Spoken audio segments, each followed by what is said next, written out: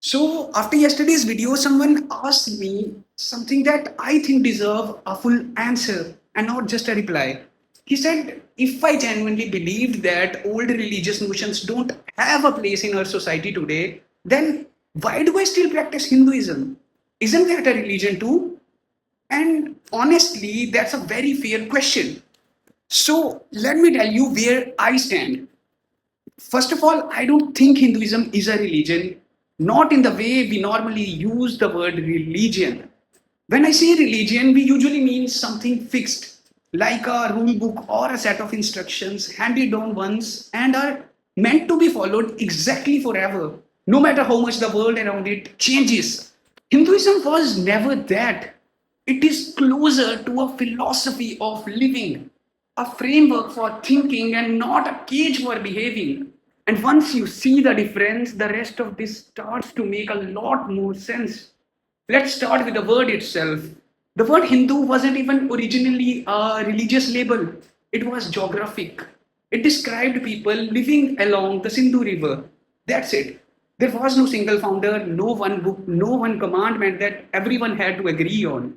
What grew out of that region instead was hundreds of schools of thought and hundreds of schools of philosophy. And here is the part no one talk about enough. Some of these schools completely disagree with each other. Talk about Advaita Vedanta philosophy, which argues that everything is one, that is non-dual. And on the other hand, we have Dvait philosophy, which argues that the self and divine are fundamentally separate. Both exist inside the same tradition, and both are considered valid paths. I cannot think of another major religion that formally contains its own internal rebuttal like this. And that's not a contradiction, that's the design. As I often quote Bhagavad Gita, let's talk about the Bhagavad Gita now. Krishna never tells Arjuna that this is the one correct action and it applies to every person for all the time. He says something much more specific. He said that this is your dharma, given your nature, your role, this moment, this war, at this exact situation. And that's not a commandment, that's a method. Assess where you are and then act rightly within it.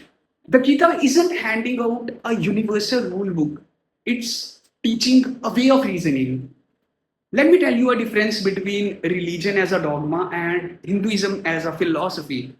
Dogma says, believe this because it was said once. And philosophy says, here is a lens, go and test it yourself. One demands obedience and the other invites analysis.